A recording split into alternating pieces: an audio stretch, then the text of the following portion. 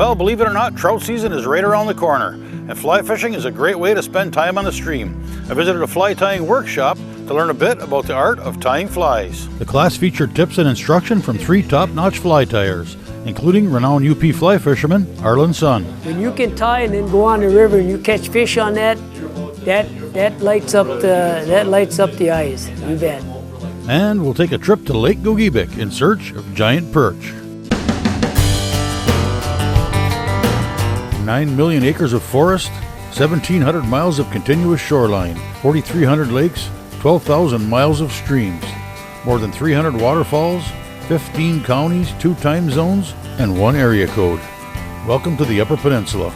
Welcome to 906 Outdoors.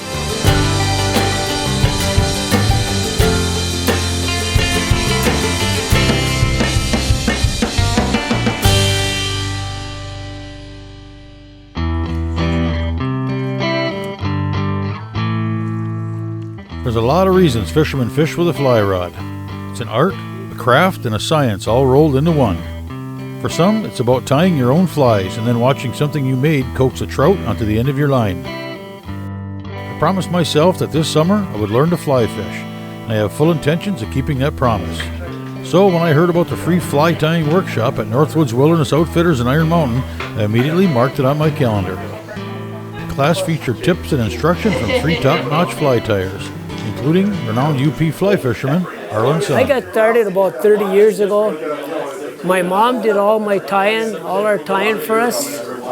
And I was 11 years old when I started fly fishing, and my mom started tying, and she basically tied just the Adams, Coachman streamers, just a few different flies. But I wanted to get into more of a variety for myself, so I got the books and the equipment, and I started tying.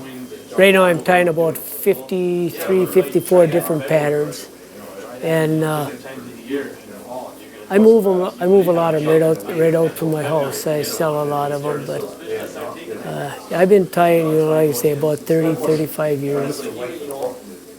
It's a good hobby, especially in the wintertime. Evenings, that's what I do. There's an interest behind every fly. And with all the patterns I'm tying, I need a lot of material, but I'll set up my table and I'll stay on one pattern until I get about 3-4 dozen tied, then I keep switching. But when you're doing something like this, you get an interest in your mind, and it's a goal all the time, you know. And what really works is when you get out on the river and you catch something with it. When I first tied that merger last year and I first tried it out and I hit 4 nice browns, it made me a believer, you know, and that's what I like to do. I like to prove my flies. What we'll do is we'll put together a Adams, which is the most popular fly in my fly box. And it's a number 12 Adams. Get a little base on here. Put a little hitch on there to secure it. The wings are off of a barred rock chicken. And get them on, get them evened up so they look natural.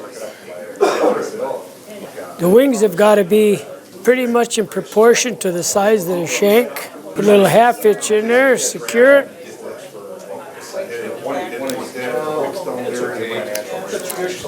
Now we go back and put the tail on.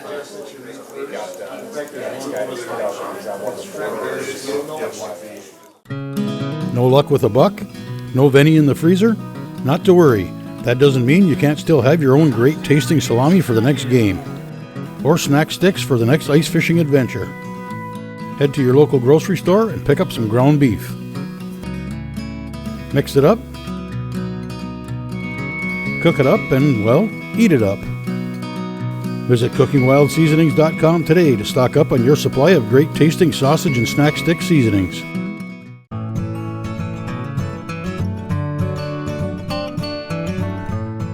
The tail would be a mix of Rhode Island Red and Barred Rock.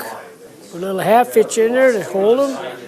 The tail has got to be in proportion, about the same size, same length as the wings. little wax on the thread. This is muskrat dubbing, taken off of a muskrat hide. Make a nice body, nice and uniform. Okay, we got that. Now we need the hackle to keep them afloat. Hard rock and Rhode Island red. Put them on together. Half hitch so she stays in position. That Adams will impersonate about any mayfly, like your Hendrickson, light dark Cahill. It's a fly that is very much used in our areas. We'll throw a little half hitch in there and secure it. Now we put the brown through. It's a good representation of our mayflies. Hold that thread back so we don't cut it. Now I make a little head on it. Whip finish it off. Head cement on her so she doesn't come apart. That fly will never untie. That's the hottest fly in my fly box. This is your basic pattern. It's a little bit variation from what most people use. I get it to look a little more natural, and it's very, very effective. And I change the colors according to what fish are running, what eggs are found in the river. Early in the year, I'll want to go pinks, maybe some off colors for the dead eggs that you do see. And then more towards fall, when the browns and bigger fish like that, salmon, I'll go with more of like an orange or an off orange kind of color like that. I kind of keep that in a pretty big clump. You put about 6 to 8 real good wraps in the middle.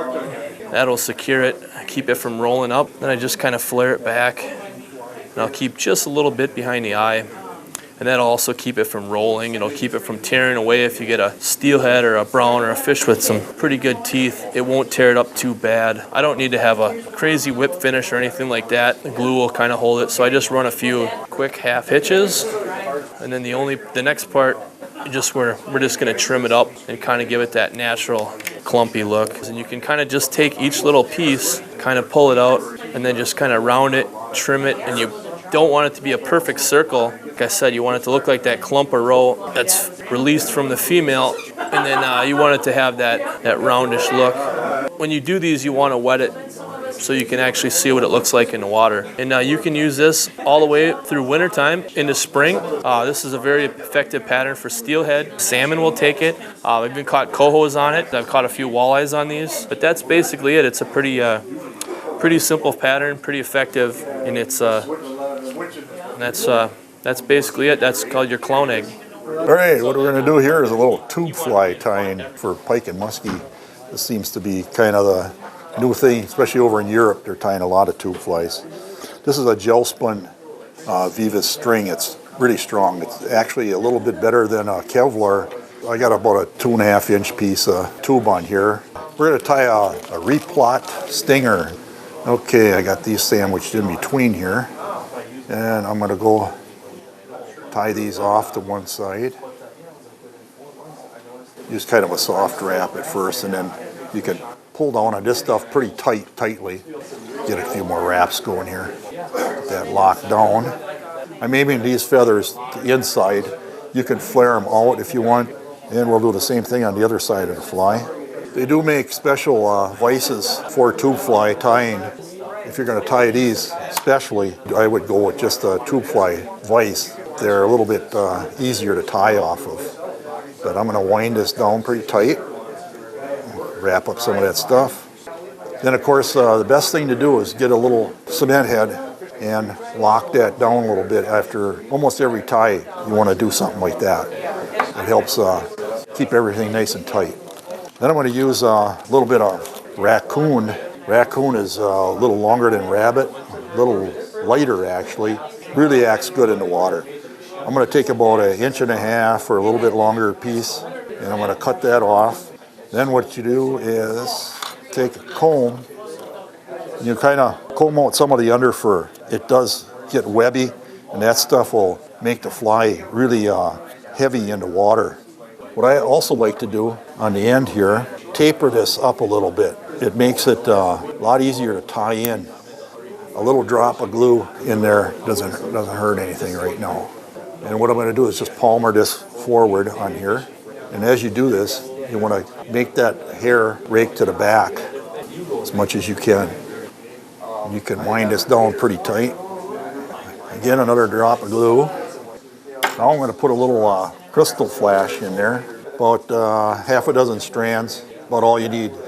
And you usually want to kind of make these ends a little uneven so that they're not a square end. About halfway up, tie these in. What I'm going to do is flare these out a little bit now so that they cover half of the fly up basically. Bring these around. I'm going to flare them up on this side too. Kind of tying in the round here is what you want. A little bit of action all over the place.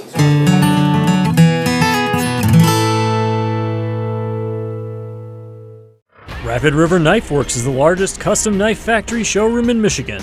The 10,000 square foot showroom is awesome. Hunting knives, pocket knives, and kitchen knives. Watch your custom knife being made and engraved. Free laser engraving with your personal message or company logo. Lifetime warranty on every knife and free sharpening. Plus, visit Rapid River Knife Works gift shop for Stormy Cromer and RRK gear. Bring the family and visit Rapid River Knife Works today.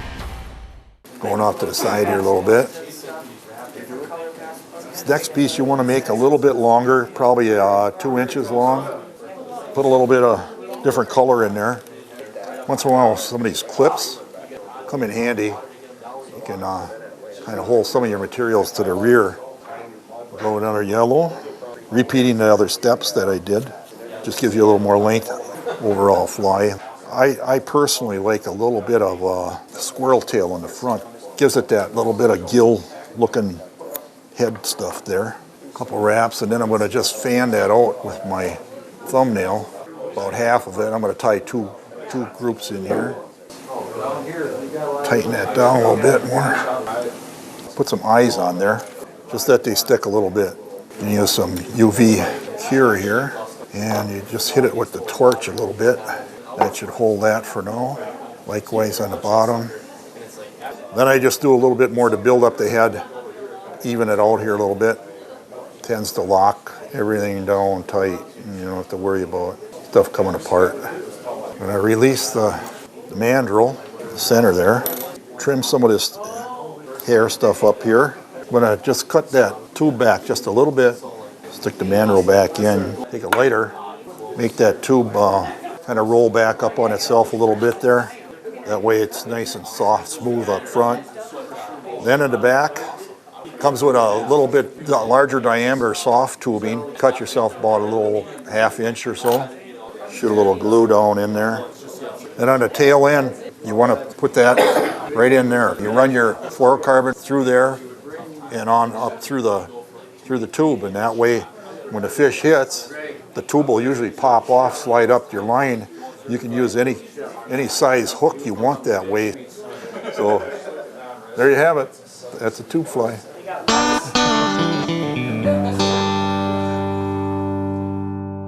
Well, standing in a quiet river with a trout on one end of your rod and your hand on the other might be a warming thought right now, but unfortunately, we're not quite there yet.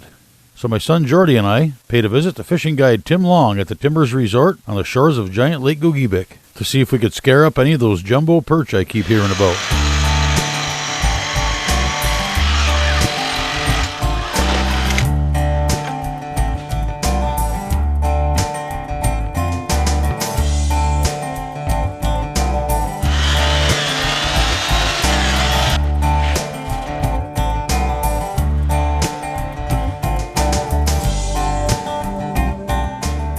We're out here fishing on Lake Gogebic, catching some pretty nice yellow perch.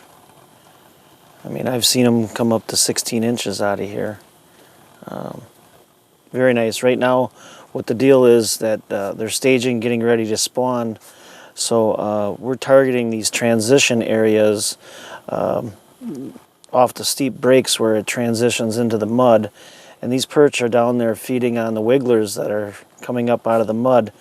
Wiggler is the mayfly that we see in the during the open water season. Sometimes they'll have a mat over the entire lake, but that's what these guys are down there feeding on.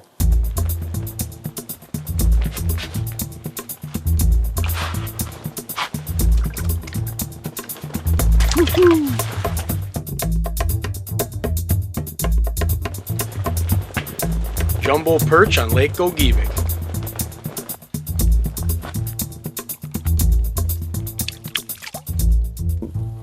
While I'm sitting here, I'm watching my Vexlar.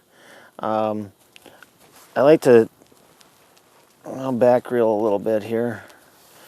I'll drop it back down into the mud. And I got a dropper on here, so I have a weight above my jig. And I'm watching my sonar unit here, and I'm dropping my jig down into that mud and shaking it up a little bit. Just pounding it. And we did this during the Mark Martin Ice Fishing School here with the walleyes. This is no different than walleye fishing in that respect, where you want to stir it up and it causes a little commotion, that plume rising up off bottom there, and bring it up. But this is a much more subtle presentation where I'm just, as you can see, I got kind of this is an ultralight rod. A noodle rod is probably even a better choice, but I'm just kind of rolling it down there. I'm not really jigging it, but I'm just rolling it, just keeping that tip wiggling a little bit. Dead sticking. I got another rod right next to me here that's we call dead sticking, and it's just hanging there. And every once in a while, I'll come over here and just tap it a little bit like that, just to get a little movement out of it. And I can actually see both marks, both jigs down there with the Vexlar in this hole. I've had some fish coming in on me that were 5-6 feet off bottom. I raised it up to them. I spooked them. They went away. But sometimes you can just bring it up to them, and they'll be all over it.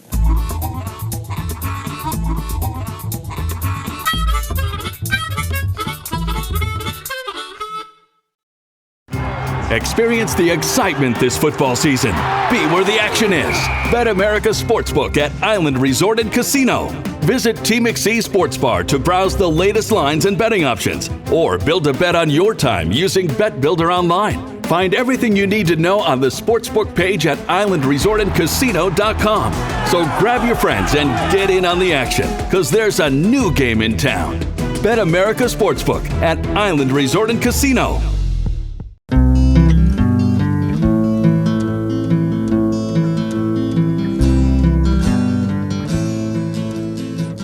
A lot of the local folks that fish Lake Gogebic, basically, they have their shacks up on the north end of the lake in the bay, shallow area. It's weedy. We have a good walleye population in this lake, and everyone is pretty much tip-up fishing out there. They're using sucker minnows or shiners or fatheads or whatever. But they're tip-up fishing. Big reason for that is because they have their permanent shacks set out there. They have to jack them up to get them off the ice because of the amount of snow that we get on this lake. Once you punch a hole there, and the ice is concave, once you punch a hole, the water comes up.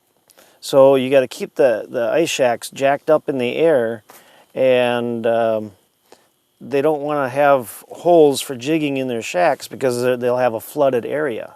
So they're basically all tip-up fishing, and it produces. It's a very good technique for guys to be out there walleye fishing.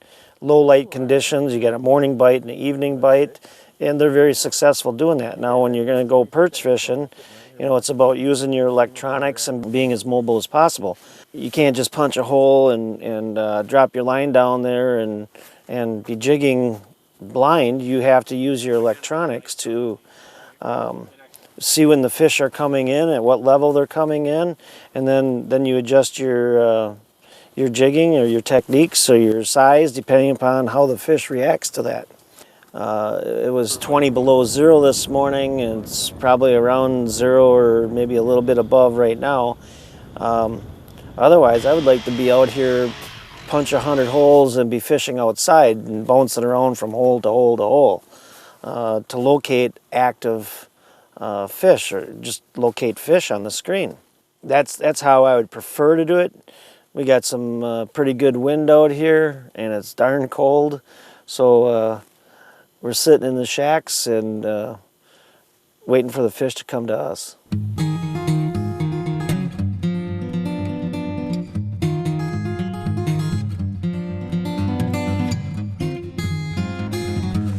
This must be a male here. That's what jumbo perch is all about.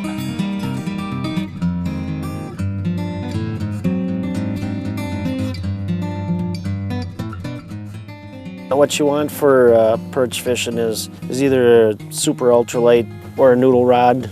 You want that flex in there like this. You're not feeling the strike, you're seeing it with your rod tip. So you want a really light, flexible rod tip. A lot of guys are putting spring bobbers on here, and they will extend off the tip of their rod there past the last eye, and they're super sensitive, so you'll see that just go down like that. That's a nice fish. That's a nice fish. You got another one? Yep. Come on, man. Nice job. But those big perch, they're coming up after these spoons. They're not really too intimidated. Although that last fish I caught, I had one or two come in before that. They came right up to it, looked at it, and went away. So then I downsized to a smaller jig, and it seemed to be the ticket. Look at that perch. Look at that perch. Oh my God. That was probably about a 13.5-inch perch, female. You know, I set the hook on it, and I had my drag set kind of light, so that's what we get on Lake Gogebic. As long as you're taking your time, bring that fish up relatively slow, they're gonna be fine to release. So I just dropped down to this smaller jig. I was using something a little bit more mammoth because of the size of these guys, girls. And this isn't even as big as they get. So this one is actually in real good shape because I took my time with her. She's just fine. She didn't blow her stomach. So this is a good spawning female. I'm gonna release this fish.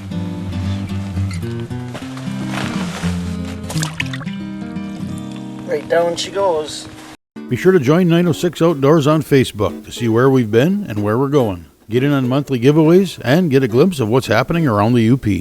We'll leave you today with a quick look at a bit of UP winter.